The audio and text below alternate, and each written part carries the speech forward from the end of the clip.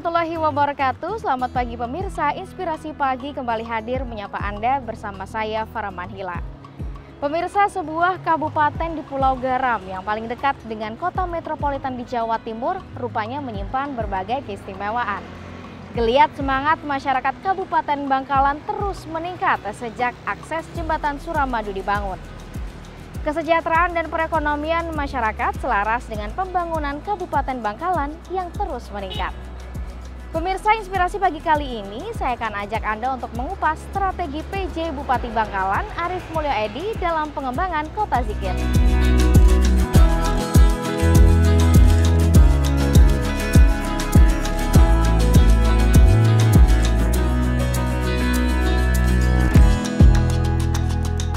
Wih, ada Mbak TV One, Mbak Farah, selamat pagi. Selamat pagi. Assalamualaikum. Pak Arief, waalaikumsalam. Pak, gimana kabar ya? Alhamdulillah sehat. Pak, saya begitu Sudah datang. di Bangkalan ya? Sudah, terima kasih ya Pak. Inilah Bangkalan, dengan segala eksotikanya. Terima kasih sudah menyilakan kami untuk datang ke sini. Pak, kami tiba di sini saya langsung terkesan dengan dua dinding sisi kanan kiri di pendopo ini Pak. Diceritakan dong Pak sedikit. Iya, ini sejarah pemerintahan di Kabupaten Bangkalan yang dimulai dari Prabu Brawijaya V sampai turun sampai akhirnya terbentuklah kepala daerah sesuai dengan undang-undang pemerintahan.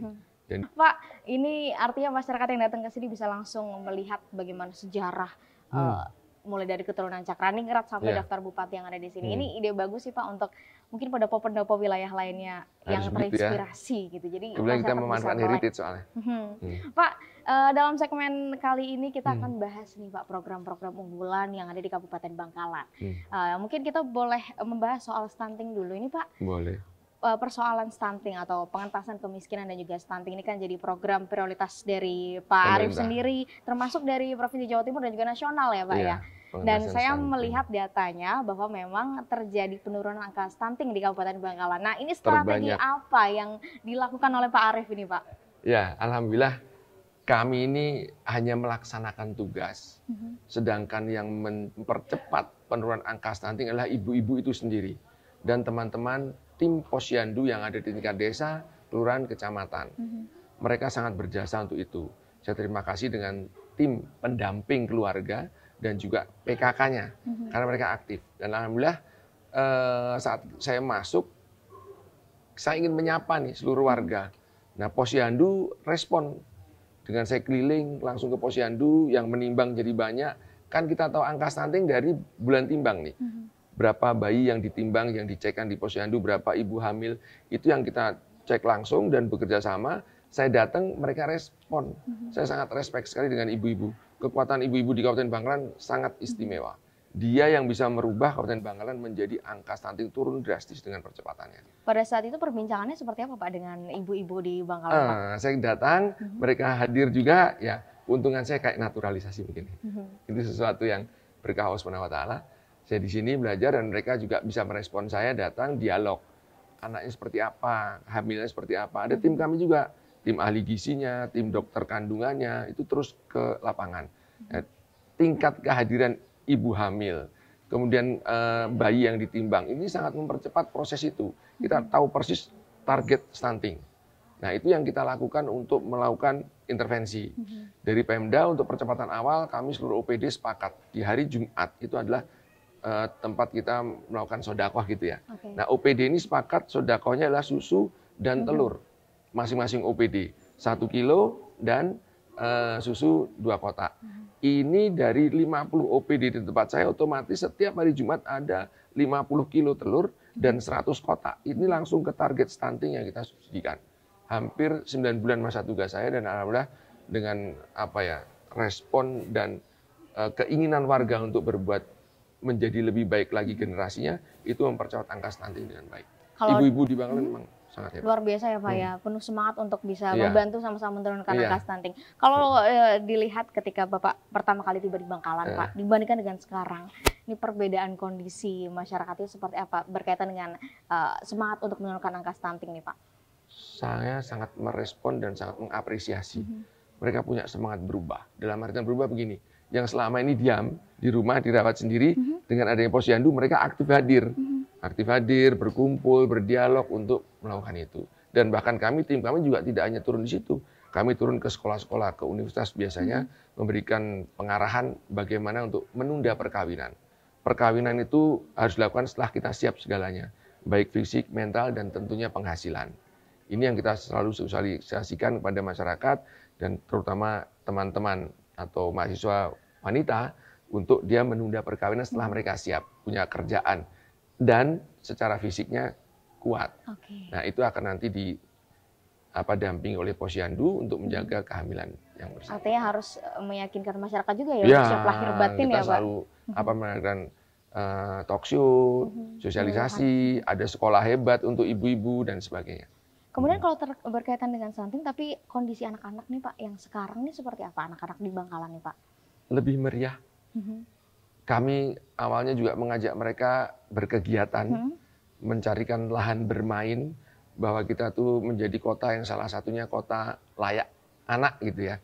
Sehingga mereka punya permainan di alun-alun atau kita berkunjung, kita adakan event tiap bulan yaitu terak bulan untuk berkumpul, ada hiburan untuk mereka. Kemudian kita adakan lomba-lomba melukis, lain-lain untuk mendatangkan anak-anak ini hadir dan beraktivitas. Bahkan kemarin ketika Rotbas KPK hadir di Bangkalan, sengaja dalam satu sesinya itu menghadirkan anak-anak. Jadi pendidikan anti korupsi dimulai dari anak-anak.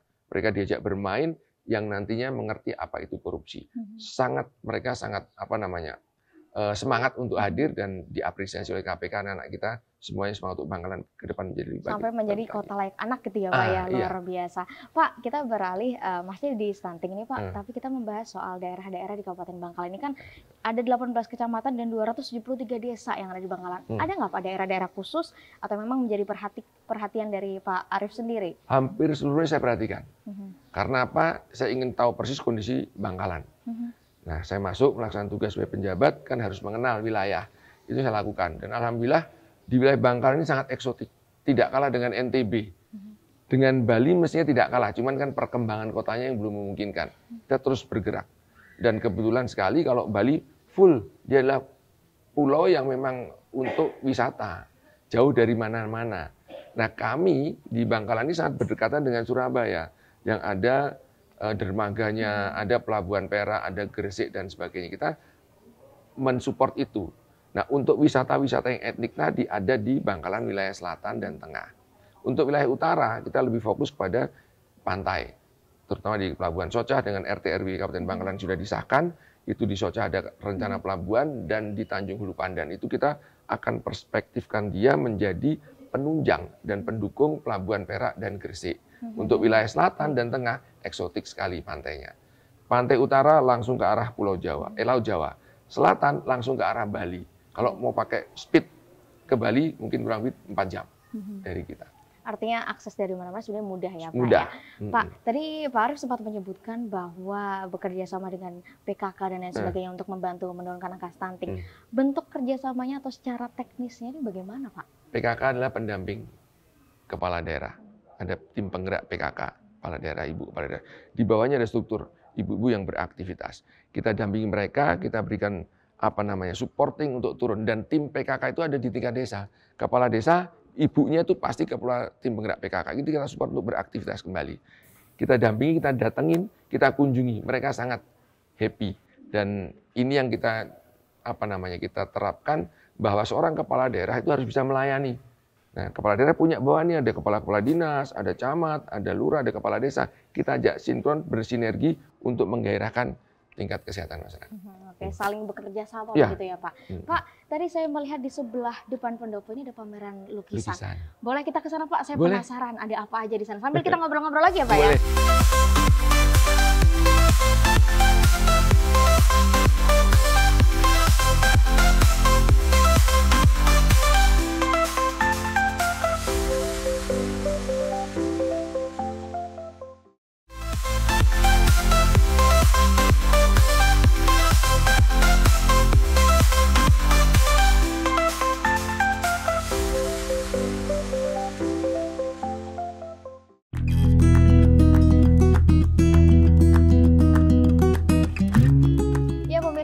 Inspirasi Pagi bersama dengan Pak PJ Bupati Bangkalan, Bapak Arief Mulyadi. Iya. Pak, tadi kita sempat membahas tadi, tapi sebenarnya masih ada yang belum selesai, Pak. Saya masih penasaran sedikit saja.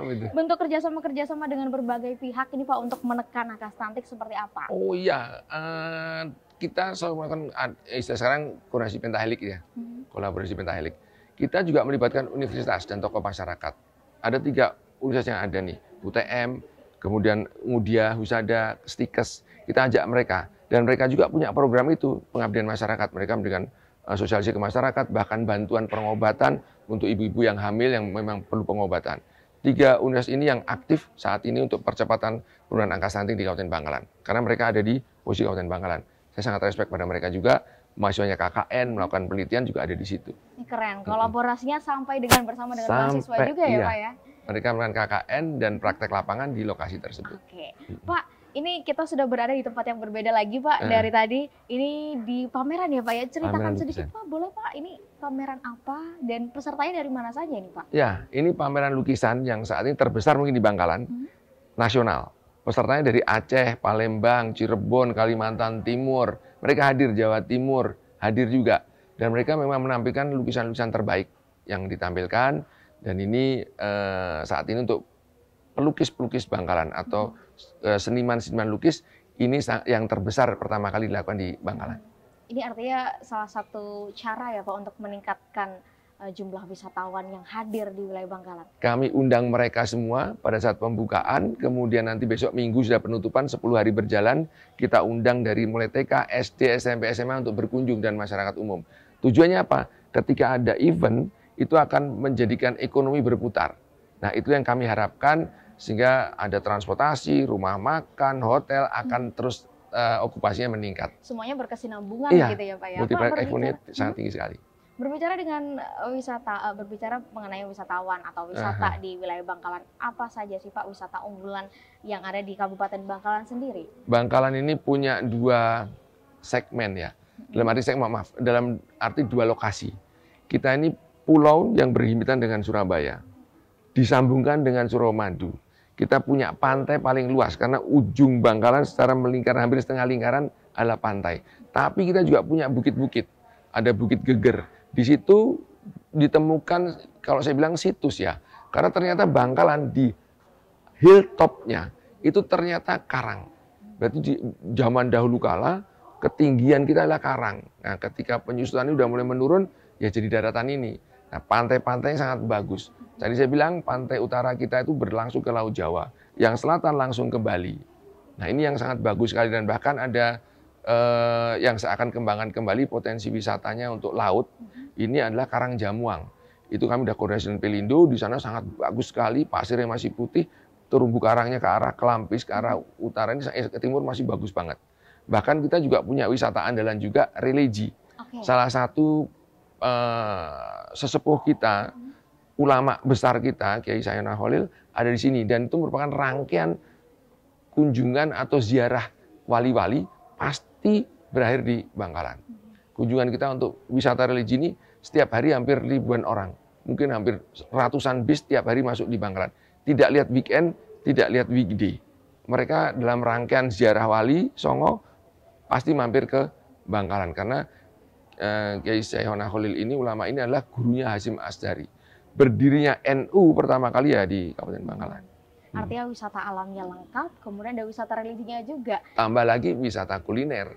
Bahkan hotel-hotel di Surabaya, hotel-hotel Sheraton, kemudian apa di sana tuh yang papan atas, dia selalu setiap pagi sarapan ada bubur maduranya, ada nasi serpang yang pakai daun pisang. Kelengkapan kita itu ada bebek sinjai yang tidak lupa terkenal di Indonesia, ada juga nasi cuhima dengan cuminya, ada lagi jeroan sapi, itu paling top di Burupe. Karena kita punya sapi, kita dipotong, jeroannya pun sangat nikmat sekali. Sapinya sangat khas, wisata kulinernya juga luar biasa. Iya, alhamdulillah, saya jadi inget ya Pak ya. Itulah potensi itu. Luar biasa, ada wisata alam, wisata kuliner, dan juga wisata religi. Tapi kalau melihat dari kebiasaan dari masyarakat sendiri, masyarakat Kabupaten Bangkalan ini, apakah mereka cenderung ke salah satu wisata tertentu atau seperti apa? Yang mereka lakukan untuk wisata lokal ini, satu wisata religi. Kita ada pemakaman di tempatnya Kiai Haji di ulama kita ya, Sayyidina Khalil. Kemudian ada air mata. itu ada pesarean di sana, sejarahnya berdirinya Bangkalan. Ada ratu yang di sana air mata. Kemudian juga untuk wisata yang lebih mereka suka adalah wisata pantai. Kunjungan di wisata pantai di daerah perbatasan dengan Sampang, kemudian dengan pantai utara Klampis. Yang akan kita buat sekarang ini adalah wisata yang ke Karangjamuang, itu kurang lebih 15 menit dengan speed. Dan pantai selatan kita masih full bersih. Saat ini juga penggerak kita adalah menggerakkan konservasi mangrove. Itu yang kita lakukan dan mereka jadikan semacam taman bermain untuk anak-anak itu. Oke, artinya ada banyak bentuk wisata yang ada di Kabupaten Bangkalan. Tapi kalau dari luar Madura sendiri atau luar Bangkalan sendiri, apa yang menjadi favorit nih Pak? Favoritnya saat ini, satu, wisata religi, yang kedua kuliner. Bebek Sinjai terkenal di seluruh dunia. Bebek Sinjai pasti ya Pak ya. Dan tadi nasi serpong itu? Nasi serpang juga. Serpang itu nasi di atas daun pisang, dibungkus daun pisang. Di dalamnya nasi, ada bakmi, ada telur asinnya, ada kerang kecil-kecilnya. Dan ikan asin itu yang paling top. Aduh, jadi ngiler ini itu, Pak. Dia bahkan nggak pakai pengawet, tetapi dimakan pagi pun masih oke, karena terpisah bumbunya. Nah ini kalau masyarakat yang sedang menonton ini Pak, biar nggak cobain bebek terus ya Pak, harus nyobain nasi serpang ya Pak ya, nasi dari serpang. Bangkalan. Nah di satu sisi lain, karena potensi kita laut, kami saat ini terus menggencarkan gemar makan ikan. Kenapa gemar makan ikan? Potensi kita ada, dan satunya untuk menunjang percepatan penurunan angka stunting tadi. Oke, semuanya berkaitan begitu ya Pak ya? Berkaitan semuanya. Pak, gimana nih Pak cara meningkatkan wisata-wisata unggulan atau wisata-wisata yang baru dibentuk di wilayah Bangkalan ini Pak? Kami selalu mengadakan event. Event tahunan kami ada kalender event di Bangkalan kita buat. Satunya yang paling top itu karapan sapi. Ada Piala Presiden dan Piala Bupati di situ. Itu kita lakukan pada saat hari jadi Kabupaten Bangkalan di bulan Oktober. Kemudian kita mengadakan event-event lagi. Termasuk misalnya lomba lukis atau pameran seniman ini, bahkan di event otomotif pun kita bekerja sama dengan IMI Jawa Timur. Kemarin kita baru saja mengadakan event drag race. Nah, drag race ini sangat mengundang orang datang ke sini. Itu yang kami cari terus. Event-event wisata religi juga ada namanya terak bulan. Terak bulan ini adalah zaman dahulu kala, terak bulan ini digunakan oleh para raja untuk berkumpul kepada masyarakatnya dan menyampaikan program kerja serta informasi-informasi penting. Ini kita udah mulai lagi sejak saya masuk di akhir 2023, event terak bulan hampir dilakukan setiap bulan sekali. Sekarang ini mendekati akhir tahun, kita masih punya event terak bulan 5 kali lagi. Dilakukan atau dilaksanakan pada saat terang bulan. Sehingga betul-betul ciri khas bulannya, dan kita memutar ekonomi di situ. Masing-masing kecamatan harus menampilkan produk lokalnya. Dan di Kabupaten Bangkalan, sudah saya informasikan sejak awal, kita Pemda harus menyuguhi atau membuat sajian harus dari makanan khas Bangkalan. Tidak boleh kita ambil dari luar Bangkalan. Sehingga prasmanan yang disajikan atau makanan menu tamu-tamu termasuk menteri, itu nasi-nasi tadi, nasi kotak bebek Sinjai, ada amboina, ada nyalete, cuhima, nasi serpang, dan bubur sobi. Itu selalu tersaji berbagai macam dan dengan kemasan masing-masing, sekaligus promosi. Jadi tinggal melihat di kalender event Bangkalan begitu ya Pak?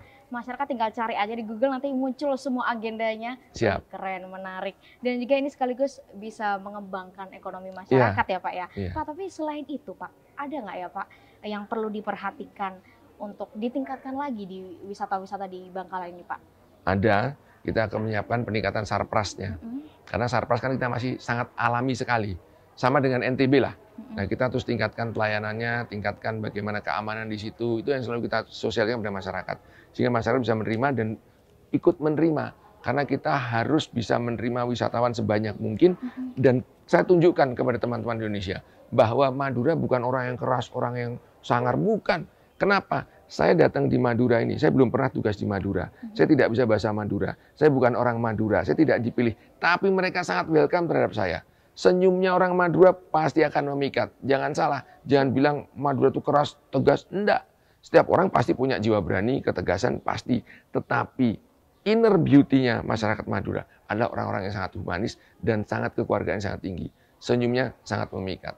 Nah ini yang seringkali disalah-artikan itu oleh dia. Masyarakat umumnya ya Pak ya? Padahal enggak, salah tuh orang yang mengatakan. Karena mereka enggak pernah datang ke Madura dan tidak pernah bergaul dengan orang Madura. Pak, kalau melihat bagaimana Pak Arief ini berusaha untuk terus meningkatkan potensi wisata yang ada di Bangkalan, ada nggak Pak hambatan-hambatan tersendiri yang dihadapi nih Pak? Hambatannya satu, saya terus belajar bahasa Madura. Oke, hambatannya personal ya Pak ya? Lain-lain mereka sudah welcome banget.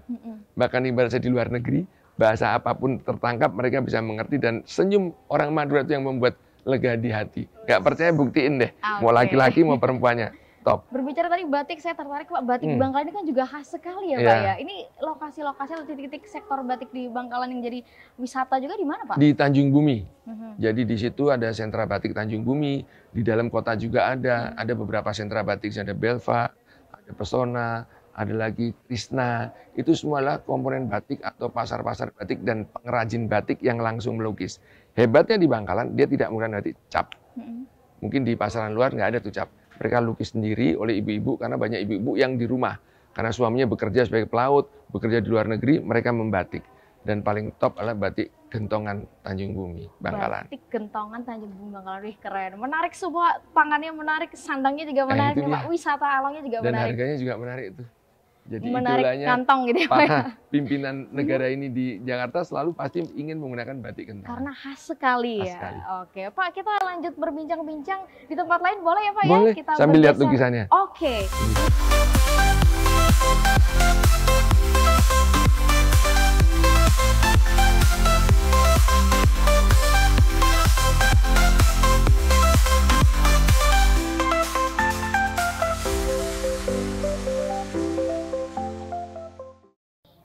Pemirsa, masih di Inspirasi Pagi bersama dengan Pak Arief, PJ Bangkalan Madura. Pak, kita sambung perbincangan kita tadi ya Pak ya. Tadi kita sudah membahas soal stunting, kemudian wisata, termasuk ini di belakang ini Pak ada yang menarik nih Pak, Bangkalan berkaitan dengan pameran ini yang buat teman-teman apa namanya komunitas pelukis seni Bangkalan. Ya ini setiap hurufnya dia punya makna tersendiri ya Pak ya. Ya, itu ada yang sejarah, katanya ada carok lah apa gitu misalnya kan gitu. Itu kan kehormatan bagi warga Madura. Ini air mata, itu apa namanya tentang kuliner di Bangkalan ya. Ini batiknya, itu juga kehidupan, ada namanya topak lodeh. Jadi nasi lodeh yang menggunakan ketupat, itu khas Bangkalan juga. Itu adalah apa wisata pantai dan perbukitan kita. Itu menunjukkan nelayan-nelayan di Bangkalan. Ini juga lukisan Madura dan tarian-tarian khas Madura. Semuanya menggambarkan Kabupaten Bangkalan. Pak, di segmen ini saya akan ajak menonton ini Pak untuk mendengar cerita dari Pak Arief sendiri terkait dengan investasi maupun perekonomian di Kabupaten Bangkalan sendiri. Kalau kita melihat data ya Pak, memang realisasi investasi ini kan terus meningkat ya dari nasional. Alhamdulillah. Termasuk di Kabupaten Bangkalan sendiri. Nah ini gimana ini Pak? Apa yang mendasarkan Pak Arief untuk akhirnya kemudian terbesit harus terus melakukan realisasi atau meningkatkan investasi di Kabupaten Bangkalan? Tanggung jawab kita karena PAD Bangkalan itu sangat rendah. Kenapa tidak ada investasi yang mungkin belum signifikan untuk meningkatkan PAD Bangkalan? APBD kita masih bergantung dari dana transfer pusat itu hampir 90%. Dan kebanyakan untuk biaya SDM, hampir 70%, 60 sekian persen. Nah ini yang kami lakukan terus menggerakkan ekonomi. Dan saya sangat berterima kasih sekali kepada seluruh komponen masyarakat, terutama ibu-ibu di wilayah. Ibu-ibu itu house power-nya Kabupaten Bangkalan. Dia bisa menurunkan angka stunting dengan cepat, dan untuk penurunan nilai kemiskinan juga mereka berperan. Saat ini kemiskinan ekstrim Bangkalan rilis BPS itu sangat menurun dari 2,87 menjadi 0,52, turun drastis. Itu berkat masyarakat semua yang bekerja terus beraktivitas untuk meningkatkan ekonominya. Kemudian juga angka kemiskinan kita dari 19, sekian menjadi 18, data BPS yang rilis juga. Ini yang membuat kita bangga bahwa masyarakat Bangkalan berkeinginan untuk meningkatkan ekonominya. Kami pemerintah hanya mensupport, berikan jalan dan memotivasi. Tapi mereka sangat aktif sekali dan sangat drastis, berarti Bangkalan itu bisa itu.